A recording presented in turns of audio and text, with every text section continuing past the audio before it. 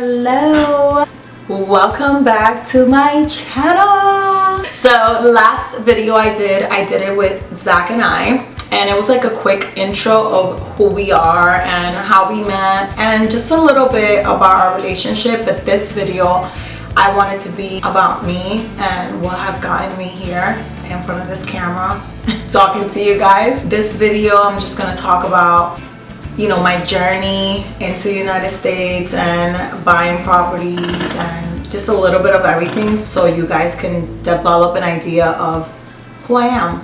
But before we get into all that, please subscribe and like my YouTube channel, please. So to get started, I am Dominican for the ones that might not know. I think you can tell because of my nose. I have like a really big nose.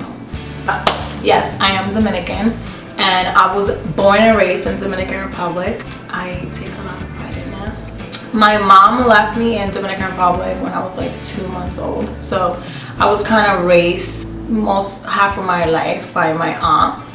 My mom would hate for me to say that, but she did. She immigrated to the United States to give us a better life, so she left me behind. Yeah, I grew up going to El Colegio Santa Teresita. There in that colegio, it was like full of nuns, so it was so weird that I grew up to be this wild bird that I am. But they did not expect me to be this, I'll tell you that. They really tried. But they couldn't content me. I was meant to be who I am. So school was fun because I basically was raised and brought up like a normal Dominican child. I went to school, I had extracurricular activities after school. I did like manualidades. I went to the Institute of English. I went to even the Institute of French first, and then they switched me to English. Don't ask me why I was studying French, but yeah. And that was a no-no. My mom was like, she's not going to France, she's going to the United States, she needs to learn English. So there I kind of got an understanding of the language. Like, you know, I feel like it's two different things to learn how to write English and how to speak English. But that's where I kind of grabbed an idea. It made it better when I came to the United States. It was an easier transition for me. Then I came to the United States when I was 15, 16. I came directly 8th grade, almost ending. And don't ask me why I didn't come at the beginning of the year. Probably some Latin drama or something, but I didn't start the year when I should have started the year. It was a really difficult transition because, of course, I went to the Institute of English in DR, but it's completely different coming to the country and everyone speaking English to you. Coming to the United States directly to 8th grade was it was like the worst thing that you could think about, because you're already going through so many changes in your life, in your body, and then you're changing your whole dialogue and friends and everything you know. It was so hard. But, you know, I'm glad I did it. I'm here. Going to high school was like another mission. I went to like the worst high school ever. I went to Eastside High. They even have a movie about this high school. Like, yes, I went there. I went to Eastside High School, the House of the Ghosts. There was like a fight every Friday. I got into a fight. I stepped on a girl in her brand new white sneakers, and before I knew it, when I got up, she was beating me up. I was like, holy shit, I'm fighting. I didn't even know what to do with myself. I never fought in my life. Well, besides my cousins, but I really never fought a regular person. And I saw myself fighting, and it was all blur. Before I knew it, there was like a whole circle around us and no one to defend me or take me out of this horrific situation. It was bad. I also felt like, as a Hispanic, not knowing the language, no one really liked me. I felt like I didn't have a style. I was just weird, you know. When I prepared myself for my first high school year, my freshman year, my mom took me shopping for some sneakers. And you know that it was on a budget, so I had to pick one pair of sneakers, and I chose the wrong brand. I chose Skechers. And I was so excited about these sneakers. When I get home and I try to show these sneakers to my cousins, they're like, "You bought Skechers?" And I already had worn them. I was so excited that I put them on in the store so I couldn't return them. I wanted to die. I didn't want to go to school with these sneakers. So that was like a really bad start of like my freshman year. That summed it up, like going around the hallway with these Skechers. They were like pink and purple. It was so hard to match. I feel like the whole entire school year I was wearing pink, even if I didn't want to. It was bad. Eastside High School was very tough. It was definitely tough, but it was fun. I got to be wild, which defines me today. I feel like I learned so much about like the mistakes that some of my friends did, some of the mistakes that I'm so happy I didn't make, but I'm also happy about the ones I did do.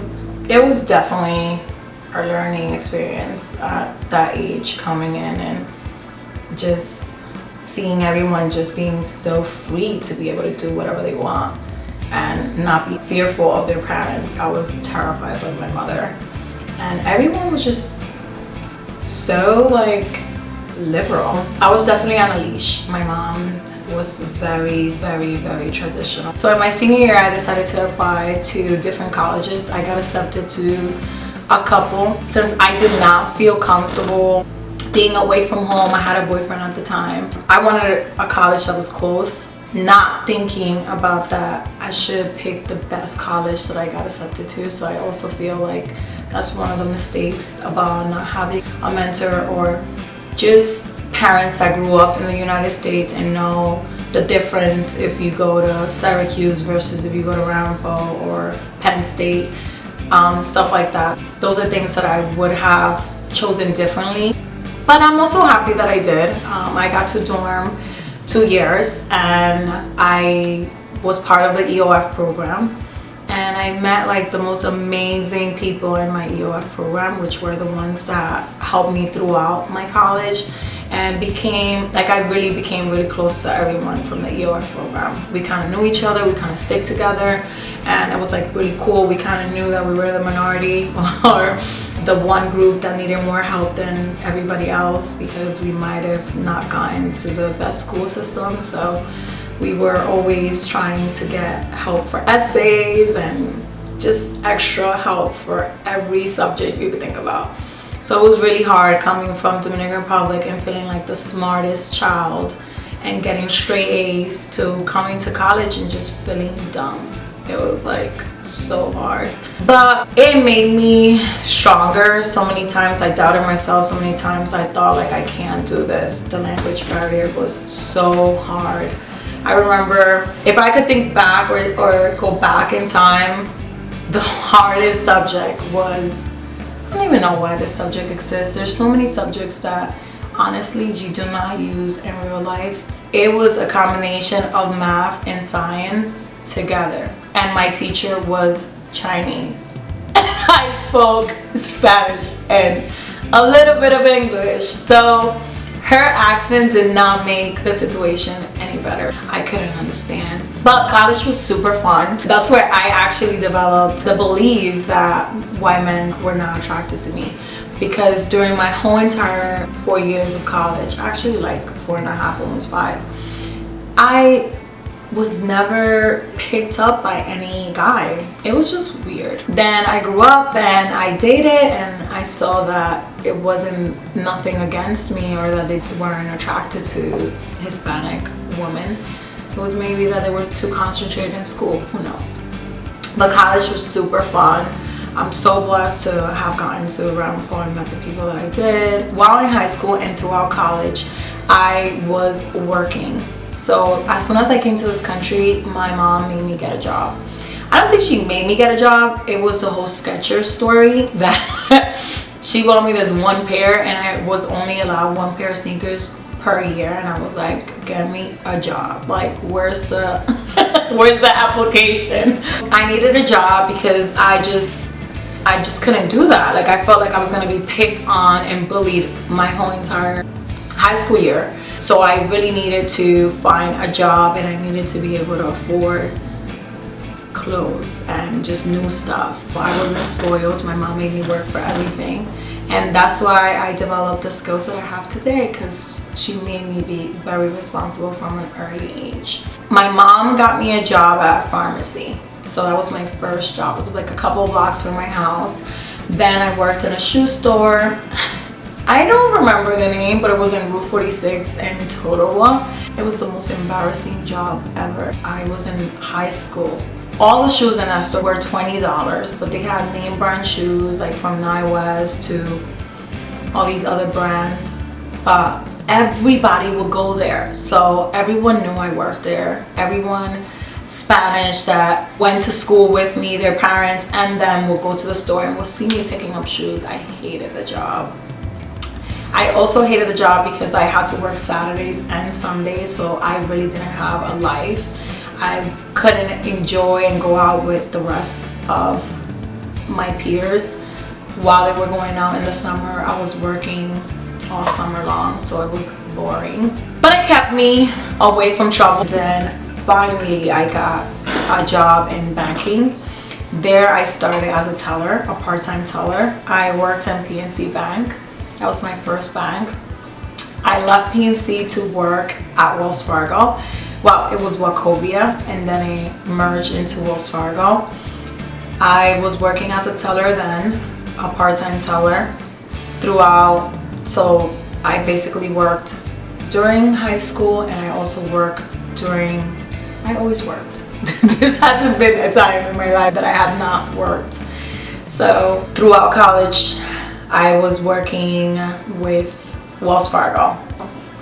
There I learned everything that I kind of know today. The reason why I know so much about finance is because I had a job in banking. Wells Fargo taught me so many things. It gave me so many opportunities with giving back. They have this program where we would go and visit high schools and schools and teach kids about credit. That's where I developed my love for credit, because I studied what we can do with it and the importance of it in this country, and how much our communities lacked the knowledge of it and the importance of it.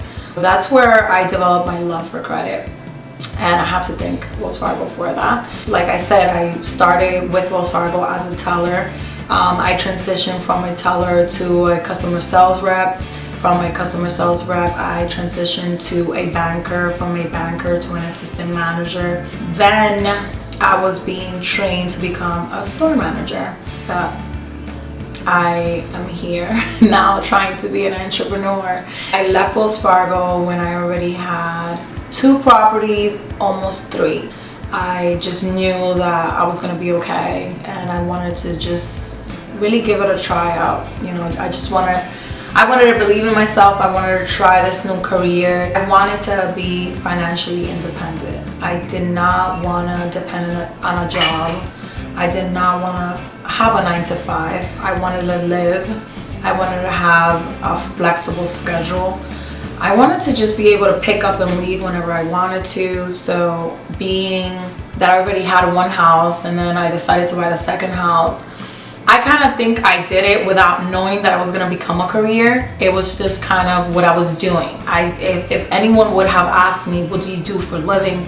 I would have never described it as like, oh, I buy houses, I fix them, I flip them, or I develop apartments. No, it wasn't that. To me, it was just like I was trying to create something, and without knowing that I already had created it. So I think it kind of grew on me with time, and I just kind of developed this person within myself that I didn't even know existed. All these qualities that I didn't think I had were within me this whole entire time. So I was just very scared at first. Being an entrepreneur and buying houses and selling houses, flipping houses, fixing apartments, It's definitely a man's world. For me to consider that I would be doing this full-time today, I don't think I really thought about it, because I'm a very spontaneous person. So I think that I really didn't think things through. I just followed my heart and didn't think about the consequences. And I thank God for that because I think that if I would have sat down and calculated my pros and cons, I would definitely not be here today. I bought my first house when my mom died. I needed somewhere to live. So I did not buy a house because I was thinking about flipping or making money. I basically had a need to live somewhere, and I needed to be able to afford where I lived because my mom had died and I had student loans. I had just graduated college and I was in debt, and I needed to be able to survive. I needed to be okay. I needed to get ahead. So I thought that the ideal situation for me at that point would be to find an attic or a basement to live in, but I couldn't find one. So I was working at Wells Fargo and one of the mortgage representatives were there, and one random day she was just like, you know, do you want to check if you can get qualified for a house? I'm like, me? Like, I am so in debt. Like, are you kidding me? Like, I would never qualify. To my surprise, I was. I could not believe it when she told me I was approved to buy a house. It wasn't much, but for her to tell me that I had a shot at owning my own house and being able to live in a basement, because my perspective did not change. I was looking to live in a basement still. So when they pre-approved me to buy a house, my objective was to buy a house that had a basement where I could live and pay my debt, pay my student loans, just breathe again financially. I wanted to be able to have freedom again. I felt like I was drowning. I was slowly living paycheck by paycheck. So my perspective was I can buy a house, a multi-family house, and I could live in the basement and they could pay the mortgage and I could start paying everything that I've been neglecting or not paying attention to because I just couldn't pay. I couldn't pay it. So the search began and I finally found a house, which I went to see months earlier, but it was too expensive. And one day I already gave up on the idea of finding the house because it's so hard to find a house, and it was even harder because I didn't get approved for much. I think I got approved for $200,000. The house that I saw and I liked, it was owned by some guy that lived in the whole entire house, so he really maintained the house. I really loved the idea of not having to do much to it. It was a smaller version of the house that I buy today. Like, I would have never bought the house today but looking back at it, I can see why I was attracted to that house. I really didn't have to do anything to the house, so it was too expensive. I remember it was on the market for $247,000. I was just approved for $200,000. I would have never been able to buy this house. Months later, I'm looking through the internet and I see that this house was deducted. And I'm like, no, this is the house that I went to. Oh my God, oh my God. Long story short, I made an offer and I got the house. So I was able to get the house for $190,000. That was my first house. It had a first floor, second floor, and a basement. It's a 2-bedroom, 1-bath apartment in each unit. And the basement, I made it a 1-bedroom. So that was my first house, my first journey in real estate. After I bought my first property, I moved into the basement, and I kind of settled. I was so happy, and everyone around me was so happy with what I had just accomplished. I was like 23 years old. I basically paid all my debt. I was progressing in my career through banking with Wells Fargo, and I was just living the life. I was traveling. I was just having so much fun. I was content. I was okay with what I was making. Everyone around me was just, you made it, you know. To them, it was just like, why would I want more? And it took someone to pull me to the side and say, hey, but you know, like, what's going on? You know, how come you haven't bought your second? Like, what are you doing with your life? And I was like, I don't know. I'm happy. I'm traveling. I'm doing. She's like, wow, the person that I met was hungry. Was hungry for life. Was hungry to become someone. What happened? Like, what's going on? Like, what happened to you? This person brought out in me the hustler again. It was the first person that came to me and made me feel like I wasn't doing enough. I had the potential for so much more. So because I don't have my parents, I constantly feel that I get lost. I get lost with society. I get lost with fake friends. I get lost just with people and their energy and just their beliefs, what they want. I don't have that person that constantly pulls me to a side and refocuses me and tells me, what the f are you doing with your life? I have had to talk to myself and develop these skills to kind of be my mom and dad that I don't have within my head. I feel like at that point a light bulb turned on and it was like, yeah, I need to get my shit together. I can do more. I am gonna do more. And I don't care that people are happy with what I have accomplished. I can accomplish more.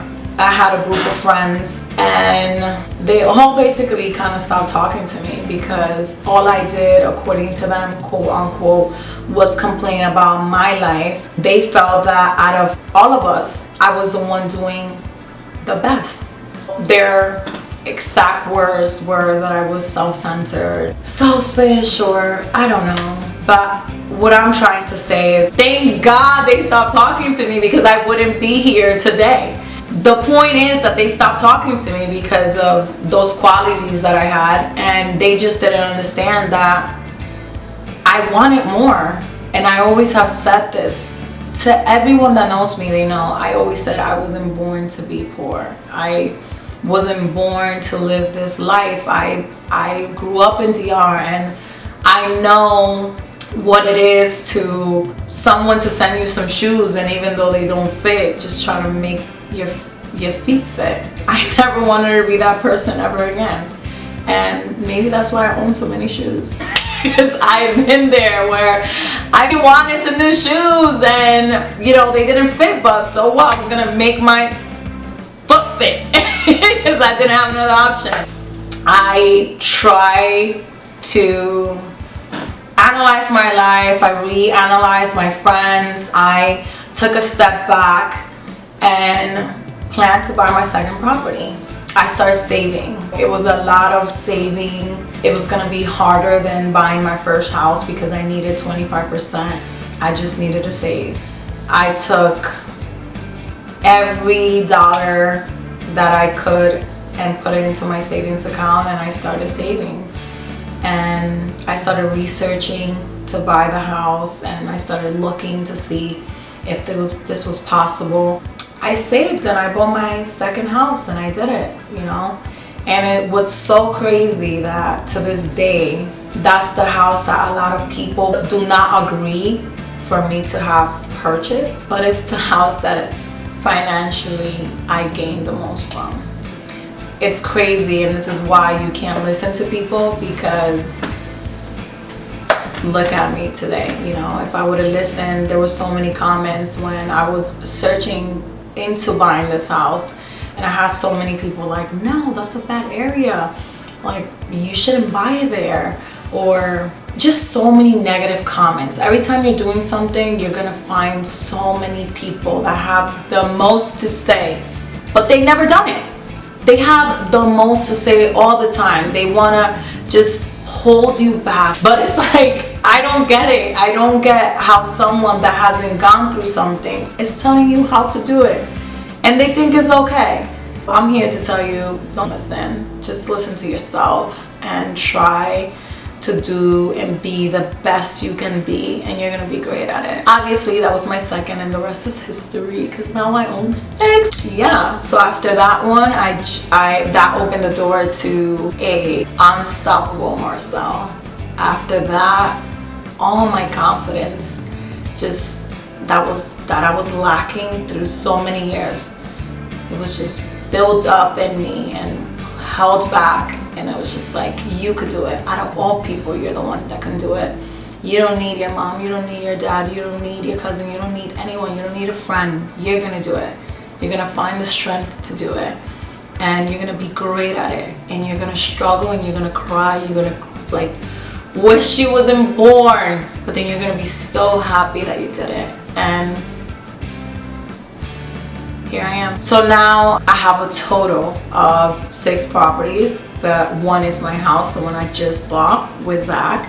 So I don't really count that one. But on my own, I have 5 properties. So I have 2 multifamily houses, and I have 2 buildings, and I have 1 family house in total. So that makes 5 houses, which I bought to renovate and fix and rent out. I manage them. I have tenants in all of them, thank God. That's been my job for 2 years. So I became an entrepreneur. Just like that. I'm taking a new journey, a new path, and I'm picking up this new thing called influencer. This has been one of the biggest loves of my life. I love to dress up, I love makeup, I always loved fashion, but what I do love the most is connecting with people. And I feel that being able to talk to you guys and develop a connection, and for you guys to get to know my story and learn from my experiences, it gives me the biggest satisfaction of all. I feel like it gives me a purpose. You guys filled a space in my heart that has felt very empty for such a long time. I decided, why not? Why not try it? If I love it so much, I should give it a shot. So thank you for the support. Thank you for sitting down here and watching this video.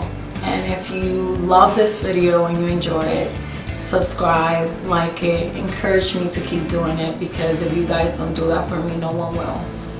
Los quiero.